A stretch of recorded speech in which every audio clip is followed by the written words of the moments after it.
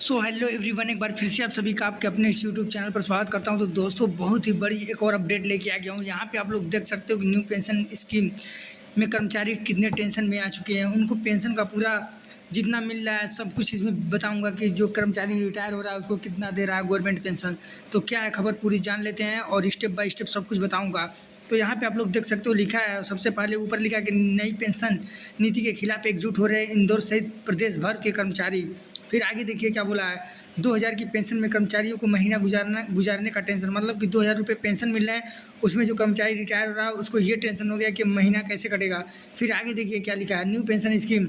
इसके आगे लिखा है कि प्रदेश के 6.5 लाख कर्मचारियों को सेवानिवृत्त होने पर मिलेगी नाम मात्र पेंशन। पुरानी पेंशन स्कीम लागू करने की मांग, क्योंकि यहाँ पे भी अब पुरानी पेंशन स्कीम लागू करने की मांग चल गई है, क्योंकि 6.5 लाख कर्मचारी जो है रिटायर हो चुके हैं और पेंशन सिर्फ नाम मात्र का मिल रहा है। तो देख लेते हैं आगे क्या बोल रहा है कि न्यू पेंशन स्कीम एनपीएस का प्रदेश भर में विरोध हो रहा है। इंदौर के कर्मचारी संघों ने भी मोर्चा खोल दिया है। उनका कहना है कि सरकार कर्मचारी से उनके बुढ़ापे का सहारा नहीं छीने, एनपीएस को रद्द करे, ओल्ड पेंशन स्कीम लागू किया जाए। नई पेंशन स्कीम में 50,000 रुपये मासिक वेतन वाले कर्मचारी के हाथ में 2,000 रुपये पेंशन आएगी। इसके विपरीत पुरानी पेंशन स्कीम लागू होती है तो उनके हर माह में कम से कम 50% राशि मिलेगी। फिर आगे देखिए क्या बोला है, यहाँ पे ऊपर साफ लिखा है साफ कि एक दिन विधायक को पेंशन मिल सकती है तो कर्मचारी को क्यों नहीं। 2000 फिर नीचे लिखा है कि 2005 के बाद सरकारी नौकरी में आने वाले सभी कर्मचारी एनपीएस से लेकर भयभीत नहीं बल्कि आक्रोशित भी हैं। जब एक दिन का विधायक व सांसद रहने पर जीवन भर नियमित पेंशन मिल सकती है तो 35 साल 40 साल नौकरी करने वाले सरकारी कर्मचारी को क्यों नहीं मिलती नियमित पेंशन। फिर कह रहा है कि नियमित पेंशन के बजाय कह रहा है कि केंद्रीकृत अंशव्यापी पेंशन देना कर्मचारियों के साथ अन्याय है। फिर ओपीएस हर कर्मचारी का अधिकार है जिसे कर्मचारी लेकर ही रहे हैं। फिर यहाँ पे देखिए क्या बोला है कि महिला कर्मचारी राखी का पोस्टर बना कर पुरानी पेंशन देने की मांग की। फिर यहाँ पे बोला गया है कि पुरानी पेंशन बहाली राष्ट्रीय आंदोलन ओपीएस के राष्ट्रीय अध्यक्ष विजय कुमार बंधु एवं प्रतिपाध्यक्ष रामानंद डगेरिया की अनुयायी में रक्षाबंधन पर महिला कर्मचारी राखी का पोस्टर बनाकर स्लोगन के साथ मुख्यमंत्रियों व प्रधानमंत्रियों से ट्विटर और मेल के जरिए पुरानी पेंशन की मांग करेगी। फिर कहा कि इसी प्रकार 5 अगस्त को देश के सभी कर्मचारी प्रधानमंत्री, वित्त मंत्री और मुख्यमंत्रियों को मेल भेजकर पुरानी पेंशन की बहाली के लिए अपील करेंगे। तो यहाँ पे देखिए ये होने वाला आगे।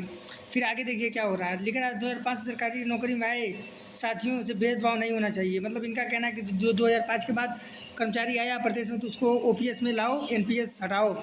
इसमें क्या बोला है, राजस्व विभाग में 2005 से कई कर्मचारी सेवानिवृत्त हुए हैं। उनके साथ पेंशन को लेकर किया जा रहा है भेदभाव अनुचित नहीं है, ताकि हम सभी कर्मचारी समान कार्य कर रहे हैं। मेरे बैच के कुछ साथी के साथ ये गलत हुआ है, एक ही परीक्षा में पास हुए लेकिन जगह खाली नहीं होने से उन्हें 3 महीने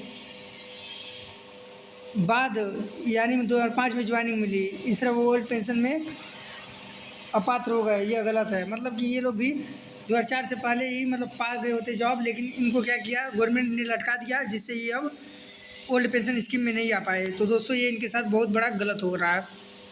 फिर यहाँ पे देखिए, यहाँ पे लिख रहा है कि एक जैसा काम कर रहे हैं फिर नए पुरानी पेंशन कर्मचारियों के अलग अलग क्यों। मतलब कि एक जैसा काम कर रहे हैं तो कर्मचारियों को समान पेंशन मिलना चाहिए, इनका कहने का मतलब ये है। फिर आगे देखिए क्या बोला है, सेवानिवृत्त कर्मचारियों के गुजारे के लिए पेंशन एकमात्र सहारा। मतलब कि यहाँ पे ये बोला जा रहा है कि जो कर्मचारी इतने साल सर्विस दे रहा है और उसके बाद उसको रिटायर किया जा रहा है तो उसको गुजारे के लिए कुछ ना कुछ तो चाहिए। तो उसमें क्या बोला जा रहा है, पुलिस विभाग में निचले स्तर के कर्मचारियों का वेतन कम होता है, जबकि यह दिन प्रतिदिन देश की सेवा में जुड़े रहते हैं। फिर कह रहा है कि